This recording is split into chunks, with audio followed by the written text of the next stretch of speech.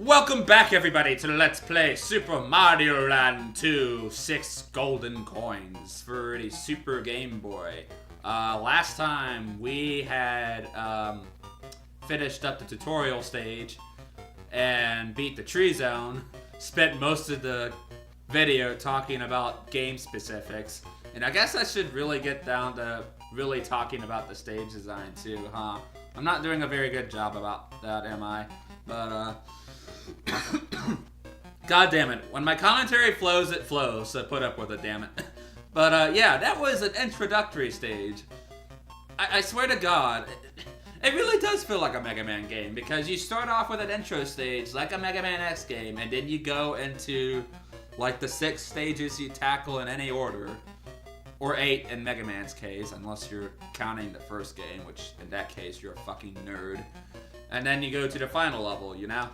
And in this game's case, once you finish the first level of the game, you cannot go back to it, like, at all. Like, there's no way you're going back to it at any point. So, if you thought you could farm lives on it, well, tough luck, kiddo.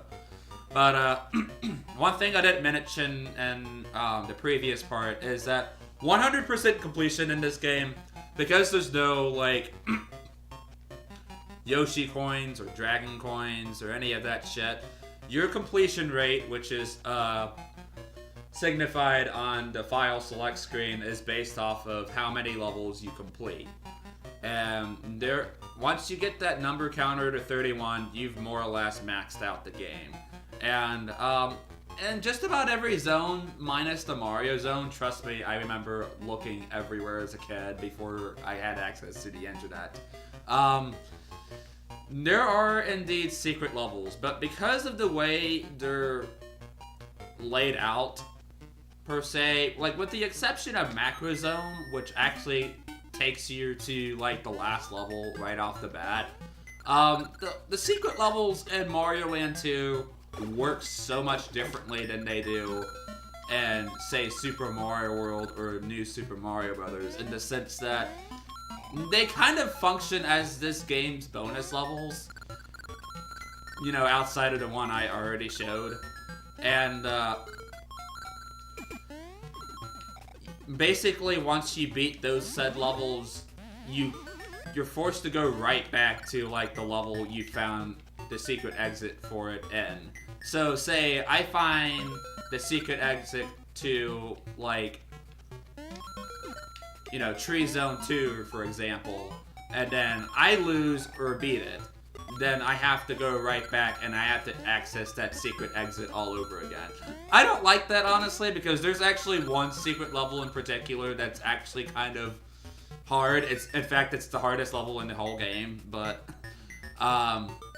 it gets kind of annoying when you fail and then you have to, like, go back and find its exit all over again. It's so fucking stupid. I don't know why they went with that idea, but it's unique for the sake of being unique, I guess. I completely fucked up my opportunity to get the secret exit here, however, because I need some fire flowers.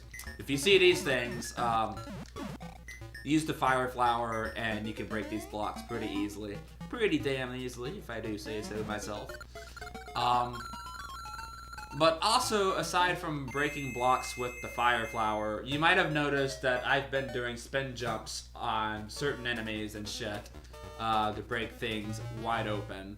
And the spin jump in Super Mario Land 2 functions a bit differently than it does in Super Mario World. In this game, since you don't have, like, a forward button, like, joypad or whatever, you only have, like, the A and B button to work with outside of the control pad. How it works in Super Mario Land 2 is that you hold the down button as you're jumping, and if you land on blocks from the top of them, you can actually break them. And on some enemies, like, say, the skeleton bees I was taking down in Tree Zone, for example, those things will not die if I jumped on them normally.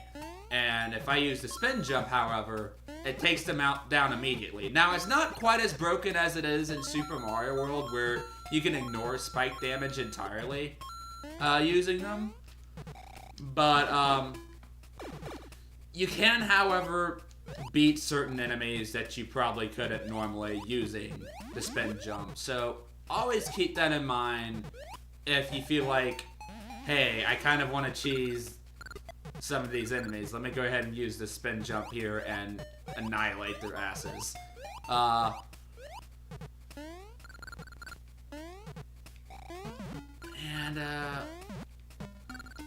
Yeah.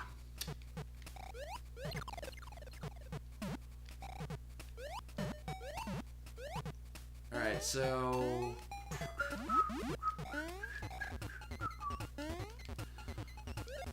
Alright, so this is a pretty good level to use the Starman here, and because it actually, like, takes advantage of the high density of enemies here to net myself a few easy one-ups, but I fucked up, like, super hard there, so... Of course I'm not gonna get those one-ups, not that I really need them, but, the opportunity is there if you are good enough at the game, I guess.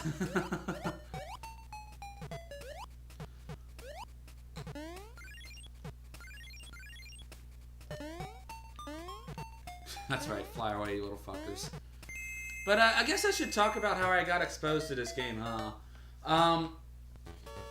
Now, funny enough, I didn't actually get to play Super Mario Land 2 until much later down my life. Like, I played, you know, the original Mario Land and Mario Land 3 at a pretty early point in my life. I was like somewhere between either 4 or 6 when I first played those games. My cousin owned them on the Game Boy, and I would constantly borrow them back and forth to replay those games because, oh my god, they were so much fun. And with in the case of Mario Land 2, it was kind of like that instance with like Mega Man 2 and 3, where I played those games first, but I was like, well, where's the first one? Well, I didn't get to play Mario Land 2 until, like, I was like, fuck. I think I might have been, like, 12? Another cousin of mine who doesn't really play video games at all, he's more of, like, a drag racer who actually competes in, like, competitive racing as a hobby. But in his case, when he was little, his mom, for whatever reason, in, like, the year 2005 or so, bought him, like, this red, bulky-ass looking Game Boy. It was the original Game Boy, too. And to be honest, like, outside of the white model, you know, with the pockets, like, they had all their different colors. But with the original Game Boy, I never really saw that at all until I had more or less seen that one in particular. And he had this Pokemon Pinball, which was tons of fun, by the way. And he had one other game, I can't even fucking remember because my memory is so bad. And because he wasn't really into video games outside of, like, you know, sports ones, because he's pretty casual. Video games aren't really his thing. He and his mom would let me borrow it on occasion, and I had a lot of fun with it, honestly. It wasn't until I want to say when GameStop started becoming a thing around 2006 or so, when I went out of my way to buy this before they stopped, like, doing retro games or whatever. So, Jesus Christ. I thought the flu season was over, damn it. Ah! The throat. But yeah, I played the goddamn mess out of this game, and I have some pretty damn fond memories of it, if I do say so myself. Isn't my favorite, obviously, but, like, in the end, you know, it's simple, it's charming, it's fun, I mean, yeah, it's easy, but to me, like, unless it's, like, brain dead easily, like Twilight Princesses, Like, I never really find, you know, easiness in video games to be, like, a major issue, honestly. To me, it's all about the journey, and, you know, Super Mario Land, at least in that aspect, delivers in spades with its really interesting conceptual level design. Like with Macro Zone, for example. I mean, it takes place in a fucking gigantic-ass house. How many times are you going to be able to come up to your friends and say, dude, do you remember that giant house level in Super Mario Land 2? Where you got to be, like, really tiny and shit, and everybody was, like, micro-bite size, and the boss I fought was a gigantic rat? Oh, and then Halloween Land, where I got to fight, like, fucking, like, Goombas with Casey Jones-looking masks, and, like, fight witches, and platform across fucking cauldrons for levels and shit. And then they'll probably be like, huh? What are you talking about? I'm so used to the generic ass looking desert levels I've seen like 5 or so times that I have no fucking clue what you're talking about. I don't know. I'm a nerd. I'm the kind of guy that, you know, will find the littlest thing and charm when it comes to video games and basically praise them twofold. It's like my Metroid 2 playthrough all over again, where, you know, I recognize its gameplay for its objective faults, but like, I don't really care. It's fun to me, damn it. But, you know, in Mario Land 2's case, you know, unlike Metroid 2, where I can definitely recognize its design flaws, like, I'd still say Mario Land 2 holds up pretty nicely. It controls well, the physics are fine. It's honestly a pretty good starting game if you're looking to, like, start off with a Mario 2D platformer. If you have like $5 or $8 to spare. I mean, you can find this on the eShop on the 3DS for pretty cheap, relatively speaking. So there's that possibility. So I'm coming back to, oh my god. I'm coming back to Macro Zone 1 because I want to go back and get that secret exit. There are actually secret exits in Tree Zone 2. No, just Tree Zone in general that I missed out on. And I think I'll be going back for those. You know what? I'll just go back to this one later, honestly, because I need the Fire Flower, and there's no guarantee whatsoever I'll be getting that in this part. So I'll just go ahead and proceed onwards to Mario Zone. And what's cool about Mario Zone is that each and every single level looks different thematically. Like in the first level's case, you have the shoes, and you have all these grindy looking gears and stuff. And then like you go to the chest, you go to the head. It's all pretty fun to look at, you know? Like, yeah, the level design may be kind of, like, tame and simple and kind of exploitable, if I'm being quite honest. But conceptually, it's just a fun game to look at. Alright, I'm getting hit with all the Starmans today, Jesus. Shit, I thought I had a bunny. Pair of bunny ears in there. Alright, so yeah, as I had mentioned before, every zone besides Mario Zone has a secret exit.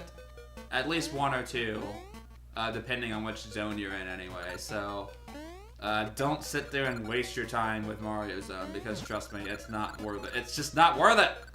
It's not worth it, damn it! It's not worth it! Ah!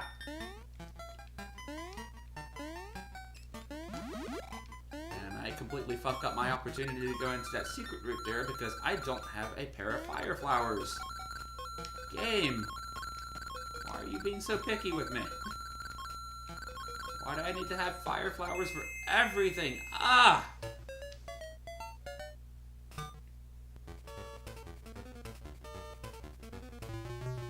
I've mastered this technique where I know where exactly to position the crane at in order to pretty much guarantee myself 3 lives every time I come in here. So if you ever needed another reason as to why I get lives so fucking quickly in this game, well, the minigames are a big part of it, really.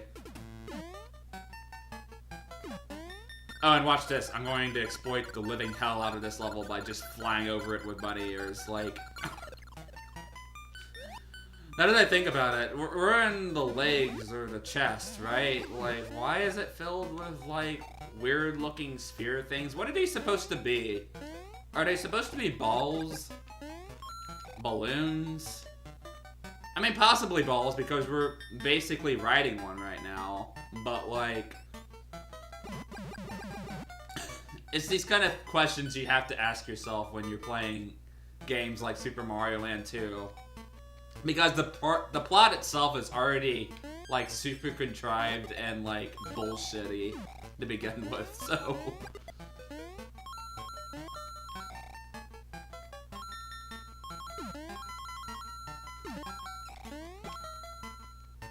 For an introductory game for Wario, it's like... it sure doesn't try its best to make sense out of things.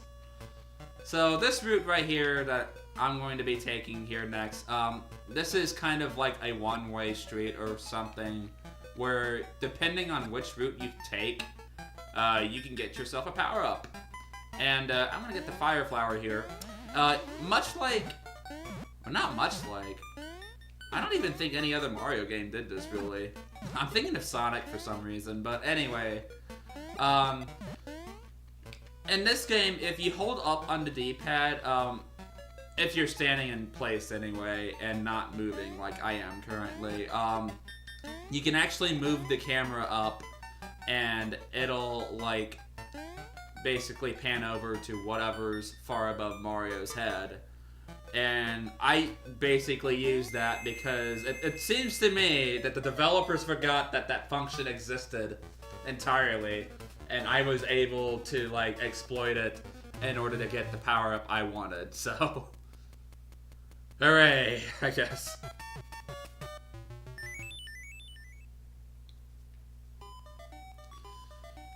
Alright, so let's see if we can tackle at least one more level or so before we call it quits for this video. This level's a little bit tricky, not anything too entirely difficult here.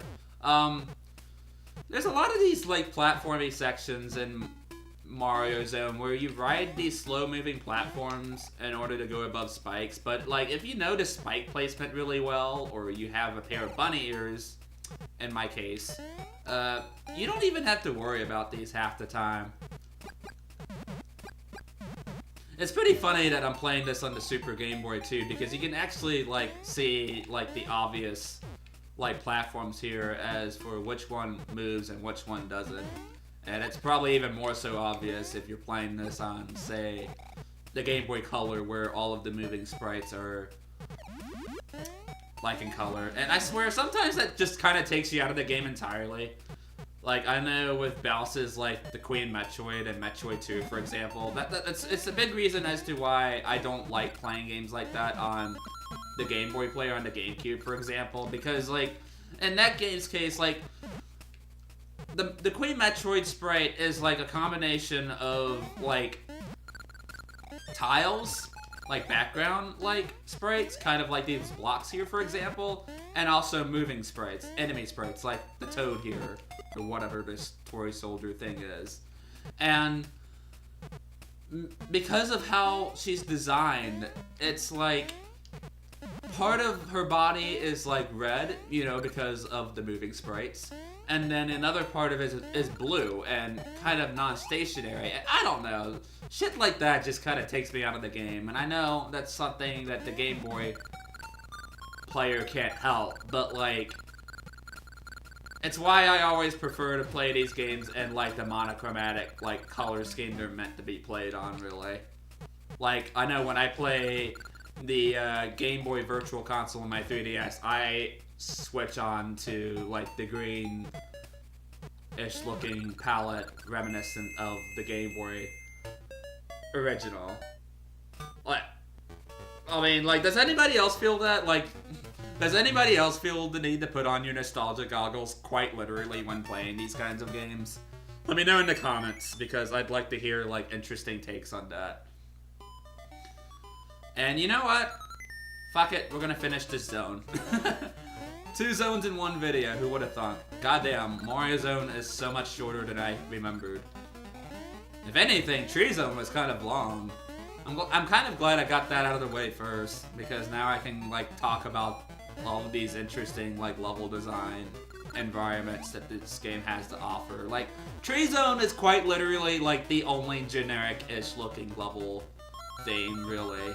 So, in a way, like, Tree Zone isn't bad, but I more or less kind of got the worst of it out of the way first, relatively speaking. Well, I don't know. Season's kind of somewhat generic-ish looking too, but also not really. No, I wouldn't say that. Nah. Who am I kidding?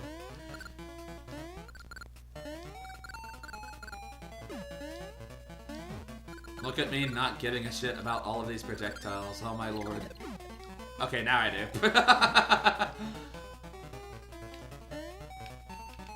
Oh, did I ever mention that the soundtrack in this game is so good? I swear, for like a Game Boy game, there's so much variety in like the different music pieces you hear in this that it's like, it's so fucking catchy. Like, I love this song in particular. It's probably my favorite track in the game. It's kind of heroic, considering, like, you know, it's sort of a cartoony-ass looking game, but, I digress. This here is probably, like, the second hardest boss in the game, next to, the final boss. If mostly only because, with every other boss, you usually have to hop on him twice in order to, like, kill him off. In this game, however, or in this boss's case, however, I could have sworn I jumped on his head. Hitboxes, everybody. So anyway, as I was saying, there's actually 3 pigs you have to, like, vanquish, and they don't take one hit individually. No, you have to hit them both 3 times, which kind of adds up to being 9 times in total. And really, it's going to be, for the most part, like, the only boss that'll really give you a run for your money. I mean, like, in a way, yeah, like, there's plenty of bosses that... There's at least 3 or so bosses that will give you a run for your money, but none of them are too, like, terribly difficult. I'd say for a Mario game, they're pretty well balanced. But yeah, I love how it's, like, literally like the 3 little pigs. If you're not already paying attention to, like, the houses they hop out of, it's the straw house, it's the wood house, and the brick house. And it's kind of funny because they come out of order depending on, you know, which house is the stronger one, just like in the fucking nursery rhyme. And that's kind of a cute attention to detail. It's so stupidly simple and cute, but again, I love stupid, cute, charming little things like that. I'm an easy guy to please, I guess.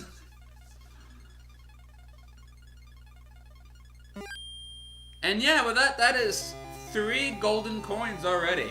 We're already kind of halfway through the game, so, yeah, we're making good progress, I'd say. So, with that being said, next time on Let's Play Super Mario Land 2, 6 golden coins for the Super Game Boy. I'm probably gonna go off of, like, reflex as to which zone I'll proceed to next. So, thank you guys for watching, and I'll see you guys then.